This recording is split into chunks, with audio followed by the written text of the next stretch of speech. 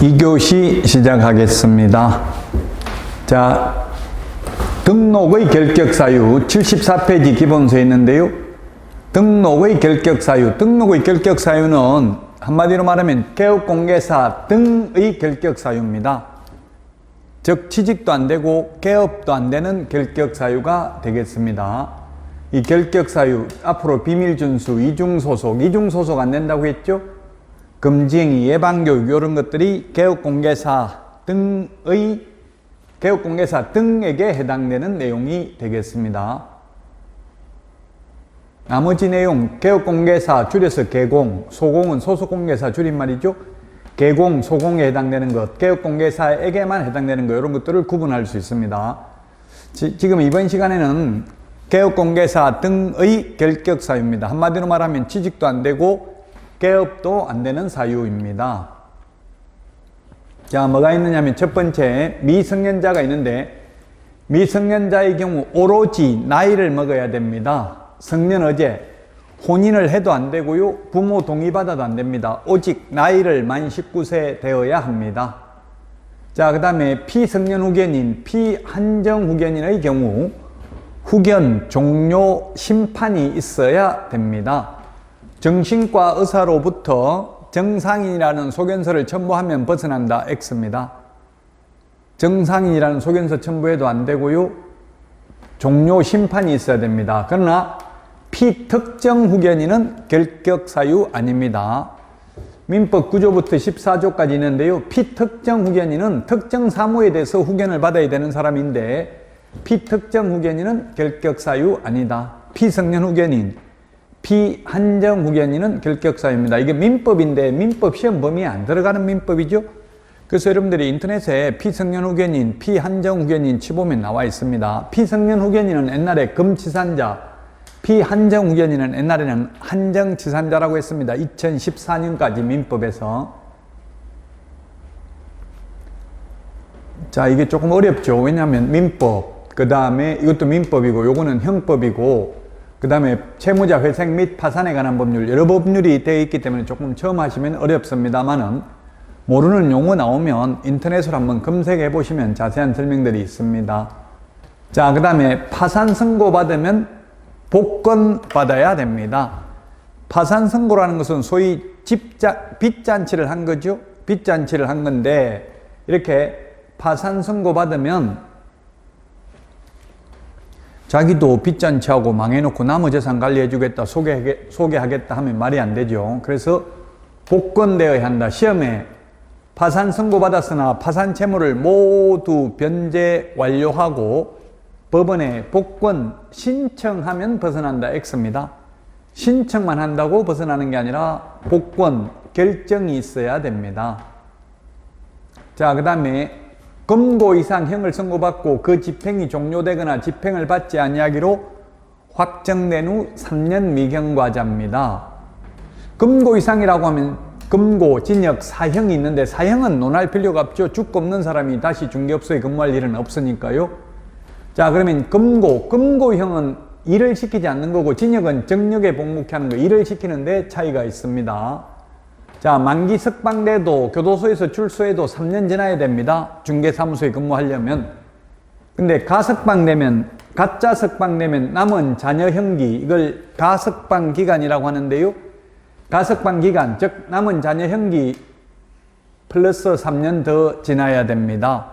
따라서 만기 석방된 자나 가석방된 자나 형 선고받은 날로부터 결격사유에 벗어나는 시기는 똑같습니다. 예를 들면 징역 3년 선고받고 출소하고 3년 더 지나야 되고요. 징역 3년 선고받고 1년 만에 가석방되었다면 남은 자녀 형기 2년 더하기 3년 지나야 되니까 선고받은 날로부터 보면 6년 지나야 됩니다. 따라서 시험에는 가석방된 날로부터 3년 지나면 결격사유에서 벗어난다. X입니다. 가석방되면 남은 자녀 형기, 즉 가석방 기간 경과 후 3년 지나야 됩니다. 자, 그 다음에 법률 변경, 형의 시효 완성, 특별사면 모두 3년 지나야 됩니다. 특별사면은 3년 지나야 되는데 일반 사면은 즉시 벗어납니다. 뭐가 더 좋은 겁니까? 일반 사면이 더 좋은 거죠? 일반 사면은 즉시 벗어나니까요. 대통령이 특별 사면을 특별히 할 수 있는데 일반 사면은 대통령 마음대로 못합니다. 일반 사면, 특별 사면을 자세하게 알고 싶으면 사면법을 봐야 되는데 사면법은 우리 시험 범위가 아니고요. 우리 시험 범위에는 결론만 나옵니다. 특별 사면 3년 지나야 되고 일반 사면 즉시 벗어난다. 법률 변경, 예를 들면 최근에 간통죄가 폐지됐죠. 옛날 간통죄는 2년 이하의 징역형이었는데요. 2년 징역형을 선고받고 교도소 복역 중 간통죄가 폐지되면 석방됩니다. 그래도 3년 지나야 됩니다. 형의 시효 완성, 확정 판결을 받고 시간이 경과되어서 시효가 완성되면 3년 지나야 됩니다. 시효라는 것은 시간이 경과됨에 따라 나타나는 효력이 시효입니다. 그런데 공소시효는 결격사유에 해당되지 않습니다. 공소시효가 완성되면 형의 시효는 확정 판결을 받고 시간이 경과된 경우고요. 공소시효는 재판에 회부되기 전에 시간이 경과된 경우입니다. 옛날에 살인죄의 공소시효가 15년이었었죠. 옛날에는. 지금은 살인죄 공소시효가 없어졌습니다만은, 그럼 살인을 해도 15년 지나서 잡혀도 처벌받지 않습니다. 처벌받지 않기 때문에 결격사유도 아닙니다. 형의 시효 완성되면 3년 지나야 되지만 공소시효는 결격사유 아니다.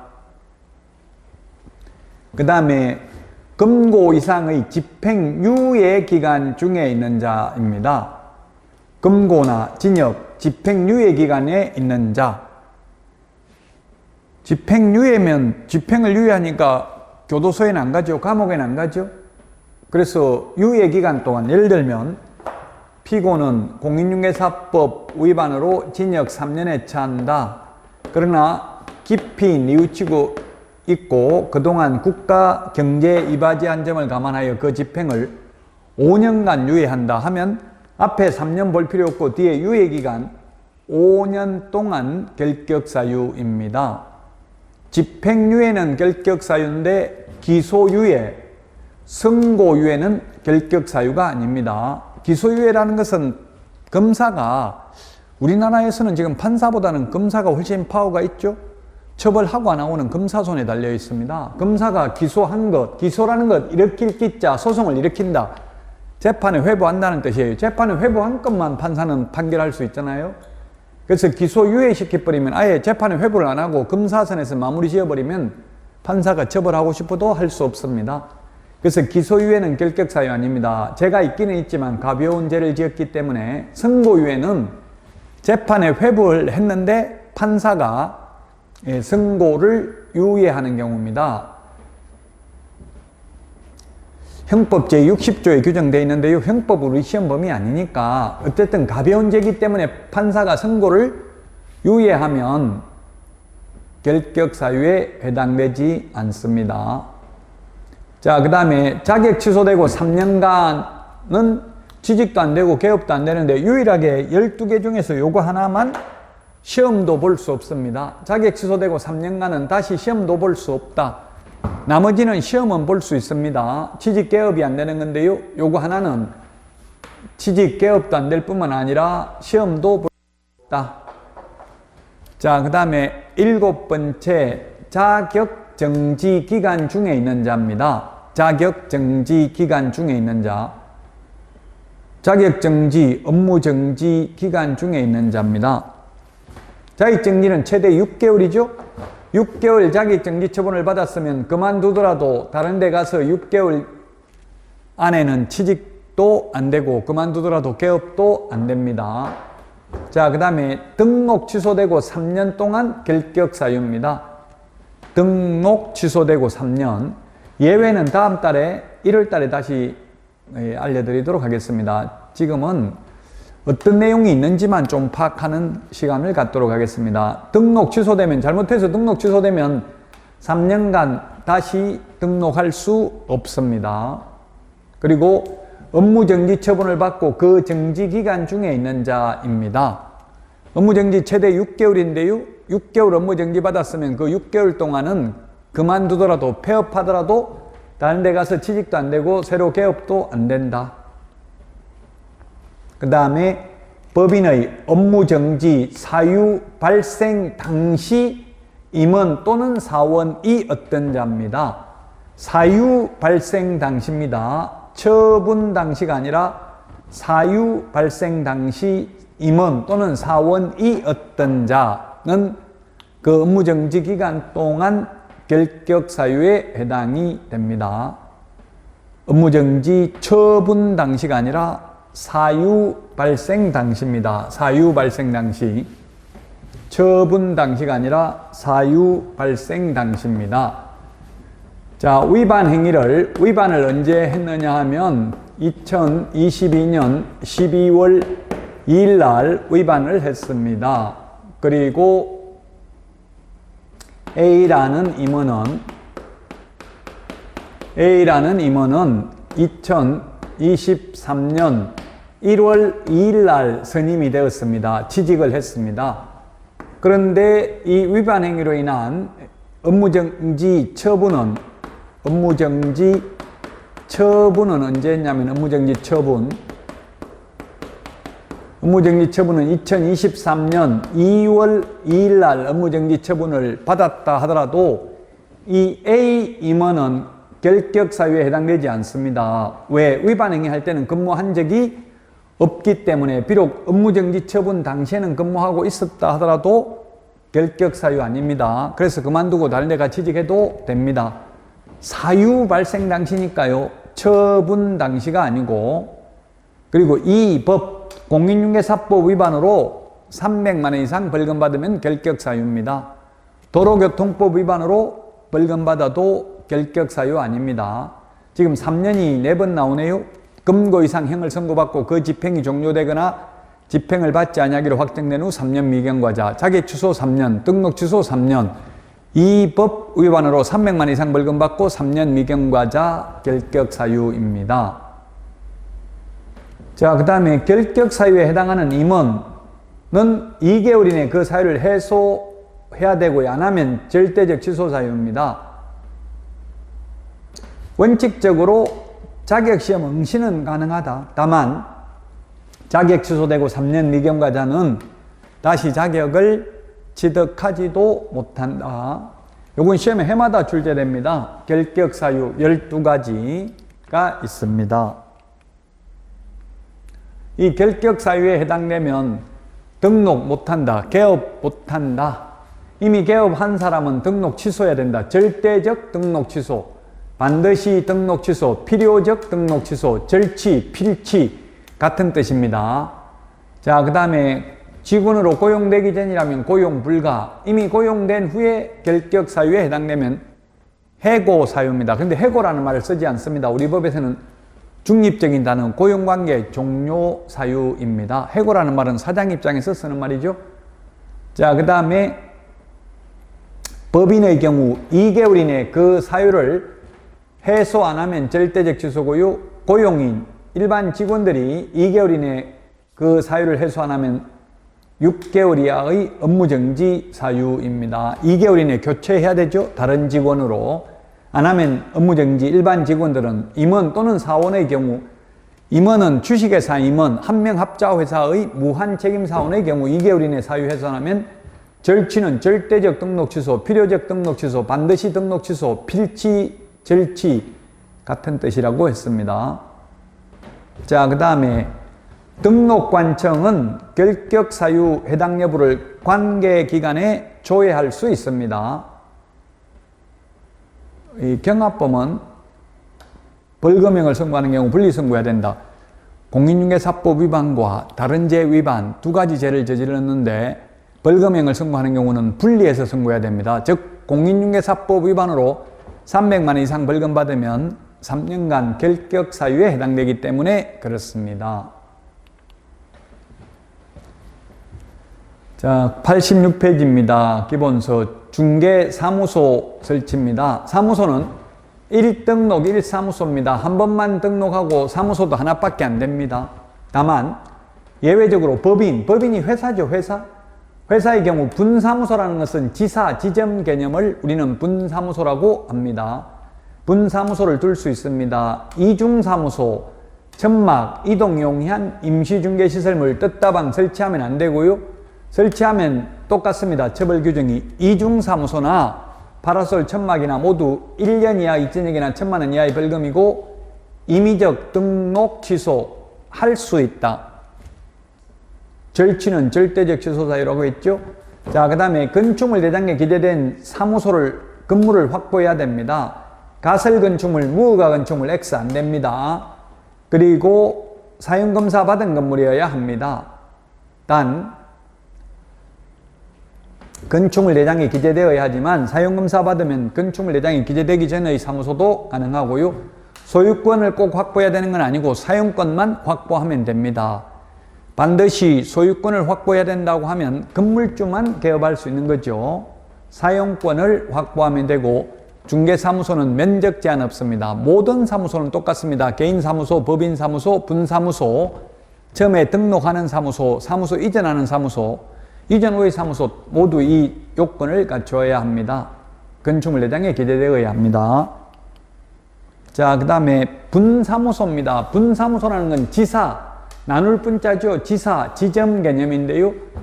분사무소 설치는 어디다가 신고하느냐면 주된 사무소 등록관청에 신고합니다.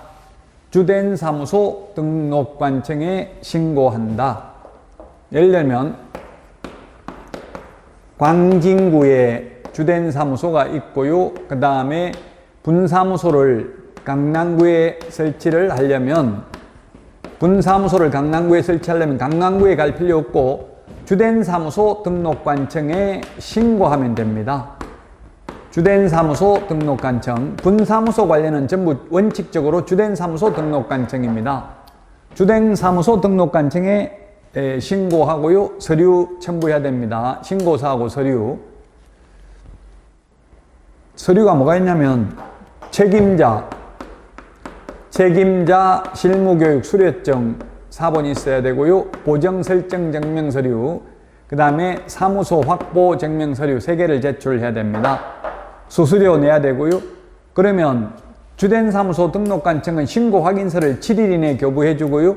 주된 사무소 등록관청은 분사무소 시장군수구청장에게 분사무소 설치 사실을 통보해야 됩니다. 이게 주가 주된 사무소 등록관청, 분은 분사무소 관할 시장군수구청장을 말하는 겁니다.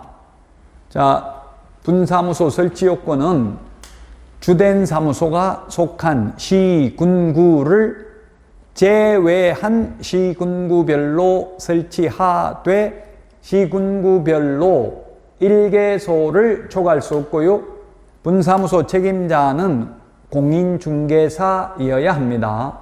다만 특수법인, 다른 법률의 규정에 의해서 중개업을 영위할 수 있는 이른바 특수법인은 책임자가 공인중개사일 필요는 없습니다. 자, 그 다음에 보정 설정을 해야 되는데요. 분사무소의 경우 2억 원 이상 보정 설정을 해야 됩니다. 이게 2023년 1월 1일부로 2억으로 바뀔 예정입니다. 그 내년 시험을 우리는 23년에 봐야 되니까 2억이죠. 지금 현재까지는 1억인데 내년 1월 1일부터 이제 한 달 후면 2억입니다. 2억. 2억 이상 보정 설정을 해야 됩니다. 사무소마다 추가해야 됩니다. 그 사무소가 2개면 분사무소 2억, 2억, 4억에다가 주된 사무소 4억 하면 8억 이상 보정 설정을 해야 됩니다. 어제 실화 탐사대에 보니까 중개보조원이 지금 밝혀진 게 100억 해먹고 갔더라고요. 어떻게 했냐면 중개보조원이 자기 뭐 아마 친인척 지인 이름으로 월세 계약을 체결한 거예요. 진짜 건물 아파트 주인하고 월세 계약을 체결해 가지고 그 주인 신분증 위조해 가지고 가짜 주인 만들어 가지고 다른 사람한테 7억에 이렇게 전세 놨더라고요. 그렇게 해먹은 게 지금 밝혀진 게 100억이 넘더라고요. 주인 행세 해준 사람은 보니까 신분증 위조된 거 받아가 주인 행세 한 사람은 100만 원 받더라고요. 보니까 100만 원 받고 해줬더라고요. 문제가 클 수도 있죠. 그게 신분증 위조하면 공문서 위조도 될 수 있고요. 사기죄도 성립할 수 있겠죠. 그렇게 10억 해먹고 가면 이거 2억 보정 설정 해봐야 이거 참 배상받기가 쉽지가 않습니다. 전세 반환 보정 보험도 되기 힘들다 하더라고요. 왜냐면 실제 계약 자체가 진짜 주인하고는 계약된 적이 없으니까요. 그래서 여러분들은 뭐 손님 입장이든 개업공개사 입장이든 항상 신분증을 받으면 확인을 해야 됩니다. 확인. 정부 24에 들어가면 확인 가능하고요. 운전면허증인 경우에는 도로교통공단 또는 경찰청 홈페이지에 가면, 아니면 인터넷에 주민등록 진위 여부 확인, 그 다음에 그 운전면허증 진위 여부 확인하면 확인하는 거 다 나와 있습니다. 절차 꼭 확인해야 됩니다. 남의 물건 팔아먹는 사람이 많이 있다는 이야기입니다. 그런 것들을 방지하기 위해서 이렇게 보정 설정을 하도록 하고 있습니다. 이거 받겠으니까 주의하시라고요. 2억 원. 책임자 실무 교육을 받아야 된다. 그리고 분사무소 사용권을 확보해야 된다. 건축물 대장에 기재되어 있어야 되고요. 무허가 건축물, 가설 건축물은 안 됩니다. 자, 이게 분사무소 설치 절차가 되겠습니다. 자, 분사무소 설치 신고할 때 제출하는 서류, 조금 전에 말했죠? 책임자 실무교육 수료증 4본, 보정설정 증명서류, 그 다음에 사무소 확보 증명서류. 보정설정은 분사무소마다 2억 원 이상 추가로 설정해야 됩니다. 2억 원 이상. 그래서 시험에 옛날에 출제됐습니다. 분사무소가 3개 있을 경우에 얼마 설정해야 되는가? 3개 2억 하면 6억이죠? 3개 2억 하면 6억이고요. 주된 사무소 4억이니까 10억 이상 설정해야 됩니다. 만약 분사무소 3개를 설치하려면. 분사무소가 있다는 말 자체가 주된 사무소가 본사가 있는 거니까요. 자, 그 다음에 책임자 자격증 사본은 미제출입니다. 예, 그렇죠. 책임자 자격증은 시도지사에게 직접 자격증 진위를 요청해서 확인합니다. 분사무소는 법인만 가능합니다. 회사만. 개인은 여러분들처럼 자격증을 취득해서 공인중개사인 개업공개사로 등록을 한 자는 분사무소 불가능합니다. 숫자 제한 유 있다. 주된 사무소가 속한 시군구를 제외한 시군구별로 설치하되 시군구별로 1개소 초과할 수 없다고 했죠. 분사무소 설치신고, 이전신고, 휴업신고, 폐업신고, 인장등록, 업무정지 모두 주된 사무소 등록 간청이다. 다만 분사무소에서 중개행위를 했을 경우 중개보수는 분사무소 관할 시도조례다. 주택의 경우. 그 다음에 분사무소 지도감독은 둘 다 가능이라고 했는데, 이때 둘 다는 주된 사무소 등록 관청도 가능하고 분사무소 소재지 시장분수구청장도 가능합니다. 자, 그 다음에 공동사무소입니다. 옛날에는 합동사무소라고 불렀습니다. 모든 개업공개사는 원칙적으로 공동사무소 가능합니다. 인원수 제한도 없습니다. 관할도 불문합니다. 사무소 이전하면 됩니다. 업무정지기간 중에는 공동사무소 안 되고요. 공동사무소 하려면 다른 개업공개사의 승낙서 제출해야 됩니다. 건물주 승낙서 제출해야 된다. X. 그리고 다른 개업공개사에게 사용 승낙서를 제공하거나 또는 업무정지 개업공개사가 사무소 이전 신고하는 방법. 다른 개업공개사에게 사용 승낙서 주는 방법 가능합니다. 그 다음에 업무정지 처분을 받은 개업공개사가 다른 사무소 이전하는 것은 불가능합니다. 요거는 업무정지 기간 중에는 불가능하다고 했죠. 업무정지 기간 중에는 불가능합니다. 그러나 업무정지 받은 개업공개사가 다른 곳으로 이전하는 것은 불가능하지만 업무정지 처분을 받은 개업공개사 폐업해버리고 그 자리에 다른 사람이 신규 등록을 하는 것은 가능합니다. 업무정지 기간 중에는 불가능하다. 공동사용이. 자, 다음은 사무소 이전 신고입니다. 사무소 이전 신고. 사무소 이전 신고는 옮기고 나서 10일 이내에 신고합니다. 10일 이내. 우리 주민등록 옮기는 거하고 똑같습니다. 주민등록 옮기면 어떻게 합니까? 주민등록 옮기면 이사 가고 나서 이전 후 그 동주민센터, 행정복지센터에 전입신고하죠. 마찬가지 사무소도 옮기고 나서 10일 이내 사후에 이전 후 등록관청에 신고하면 됩니다. 사후 10일 이내에 신고합니다. 그러면 7일 이내에 등록증을 재교부하고요. 그 다음에 원칙 재교부입니다. 관할구역 안에서죠. 근데 예외적으로 등록증의 기재사항을 변경하여 교부할 수 있습니다. 관할구역 밖으로 이전한 경우에는 역시 10일 이내에 신고하고요. 이거는 관할구역 밖으로 옮기면 무조건 등록증 재교부입니다. 기재사항을 변경해서 교부할 수 없습니다. 자, 그 다음에 분사무소 이전의 경우 주된 사무소 등록관청에 신고하고, 그러면 분사무소 설치 신고 확인서를 주된 사무소 등록관청이 재교부해 주고요. 그러면 주된 사무소 등록관청은 이전 전 및 이전 후 등록관청에 통보해야 됩니다. 통보해야 된다. 이전 전 및 이전 후 이전 후 분사무소 관할 시장, 군수, 구청장에게 통보해야 됩니다. 이전 신고 시 제출할 서류는 등록증, 그 다음에 분사무소인 경우 신고 확인서 원본, 사무소 확보 증명 서류를 제출해야 됩니다. 이전 신고를 받은 이전 후 등록관청은 이전 전의 등록관청에 등록 관련 서류를 송부해달라고 요청해야 됩니다. 요청받은 이전 전의 등록관청이 이전 후의 등록관청에 지체 없이 송부해야 되는 서류는 3가지입니다. 등록대장, 등록신청서류, 최근 1년간 행정처분서류 3개를 송부해야만 됩니다.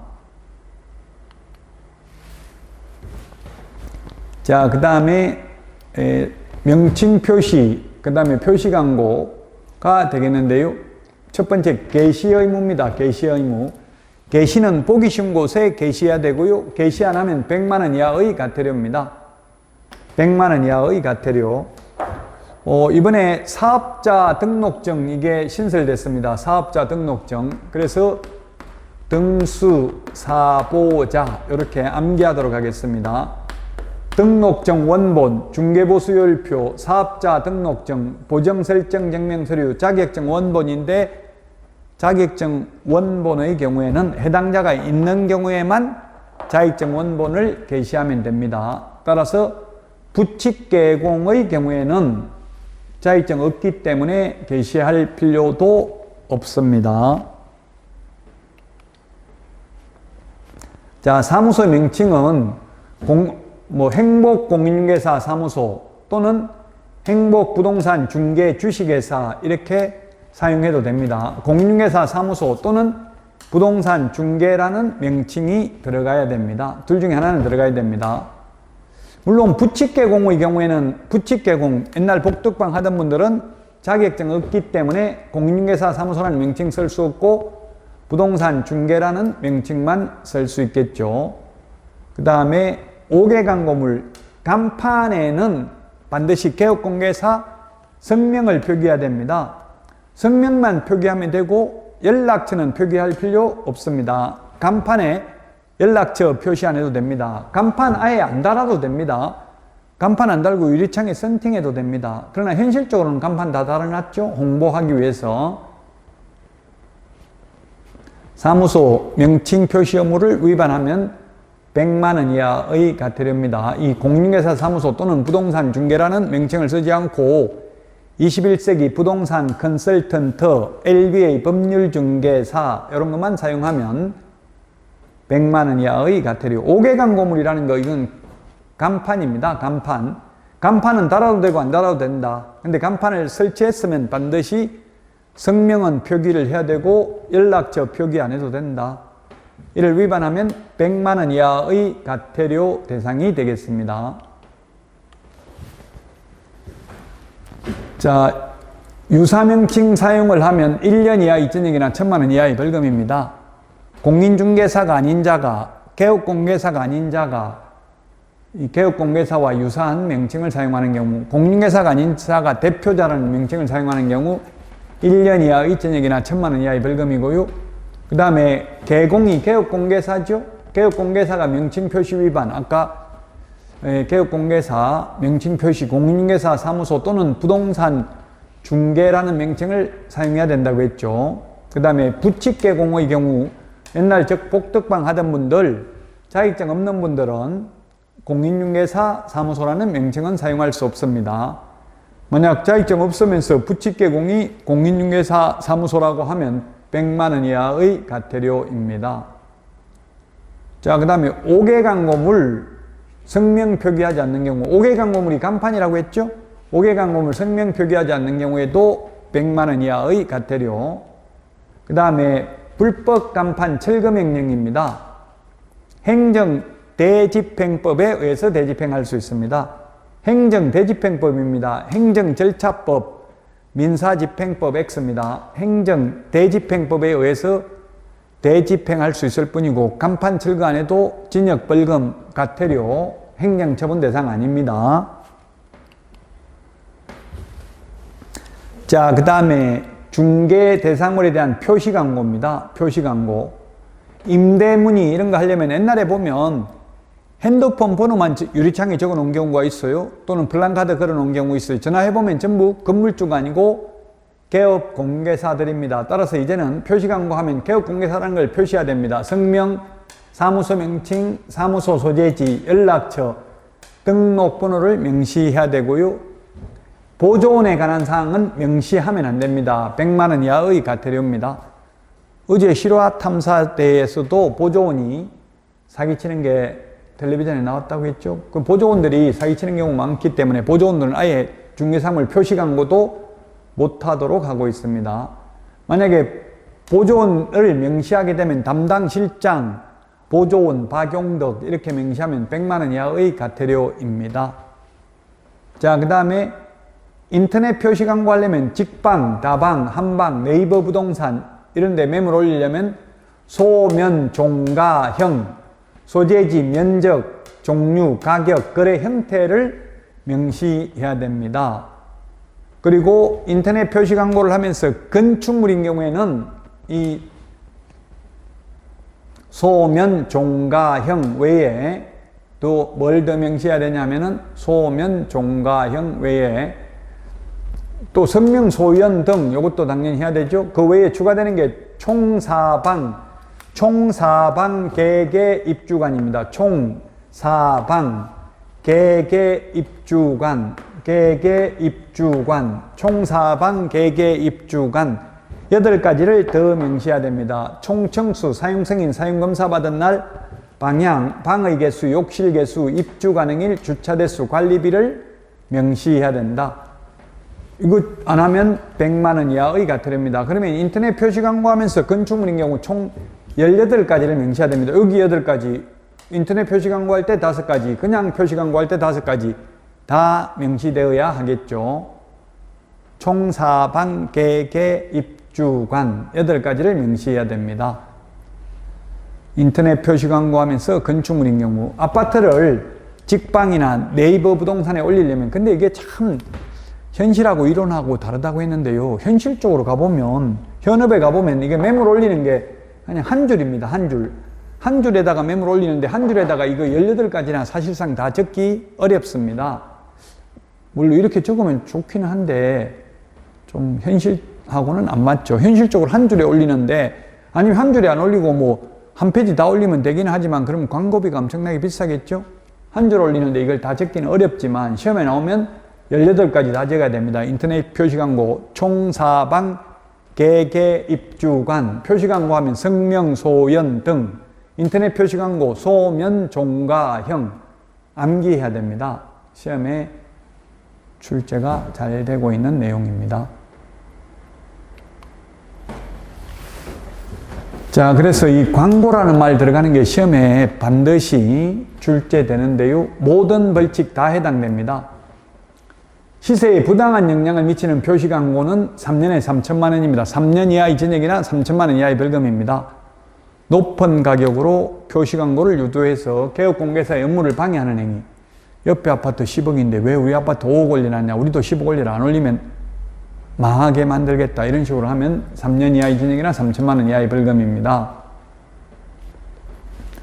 자, 그 다음에 개업공개사가 아닌 자가, 컨설팅 업자가 광고를 하면 1년 이하 2천억이나 1,000만 원 이하의 벌금. 무등록 중개업자가 광고해도 1년 이하 2천억이나 1,000만 원 이하의 벌금입니다. 무등록 중개업자가 중개업을 하면 3년에 3천만 원이지만 광고만 했다면 1년에 1,000만 원입니다. 부당한 표시 광고, 허위매물, 미끼매물, 낚시매물, 가짜매물 올리면 500만 원 이하의 과태료입니다. 가짜매물 시세보다 비싸게 올릴까요? 시세보다 싸게 올릴까요? 예, 시세보다 보통 싸게 올리더라고요. 예를 들면 월세 10만 원 있다. 월세 50만 원인데 10만 원 있다. 이렇게 올려놔요. 그러면 사람들이 전화 오겠죠. 싸니까. 진짜 10만 원짜리 있습니까? 하면 예, 있습니다. 빨리 택시 타고 오세요. 택시 타고 가니까 금방 나갔습니다. 이렇게 거짓말 시켰다면 500만 원 이하의 과태료입니다. 진짜 나갔으면 상관없겠죠. 허위매물, 미끼매물, 낚시매물, 가짜매물 올리면 500만 원 이하의 과태료고요. 그 다음에 광고시 기재사항을 누락하면 100만 원 이하의 과태료다. 기재사항이 뭐 있습니까? 그냥 우리 유리창에 광고하려면 성명소연 등, 성명소연 등, 그 다음에 인터넷 표시 광고는 소면 종가형, 인터넷 표시 광고하면서 건축물인 경우 총사방, 개개, 입주관 8가지를 추가로 더 명시해야 되는데 누락하면 또 보조원 이름 적어도 100만 원 이하의 과태료 대상이 되겠습니다. 100만 원 이하의 과태료다. 자, 그 다음에 인터넷 표시 광고 모니터링 절차인데요. 인터넷 표시 광고 모니터링 절차.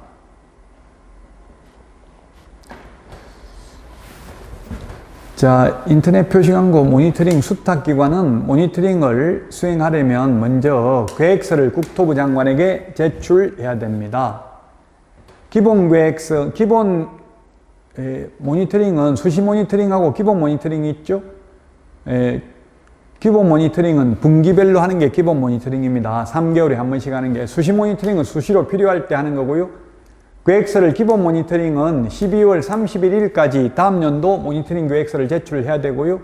수시 모니터링은 필요할 때 제출하고요. 제출하고 나서 모니터링을 시행하고 그 모니터링 결과 보고서를 국토부 장관에게 기본 모니터링은 매 분기 마지막 날로부터 30일 이내, 수시 모니터링은 업무를 완료한 날로부터 15일 이내에 국토교통부 장관에게 제출해야 됩니다. 그러면 국토부 장관은 그 결과 보고서를 시도의사 및 등록관청에 제출해서 조사 및 조치를 요구합니다. 그러면 시도의사 및 등록관청은 신속하게 조사 및 조치를 완료하고 완료한 날로부터 10일 이내에 그 결과를 국토교통부 장관에게 통보합니다. 즉 허위매물 올리는지 이런 걸 모니터링 하겠다는 이야기입니다. 부동산 거래 질서를 교란케 한다고 보고 부동산 거래 질서 교란 행위를 방지하기 위해서 이런 식으로 모니터링을 한다. 특히 허위매물 올리는지 모니터링 한다는 이야기입니다. 부동산 올라가고 있을 때는 자꾸 개업공개사들이 비싸게 올려가지고 또 개업공개사들 때문에 가격이 올라간다고 많이 생각도 했죠. 개업공개사들은 비싸게는 안 올립니다. 특별히 비싸게 올리면 뭐 돈 더 준다고 약정을 하지 않는 한 싸야만, 싼 물건이 있어야 손님들이 연락 오겠죠. 자, 인터넷 표시 광고 모니터링 절차에 대해서 살펴봤고요. 자, 업무 지역 범위 그리고 겸업 제한부터는 쉬었다가 하도록 하겠습니다.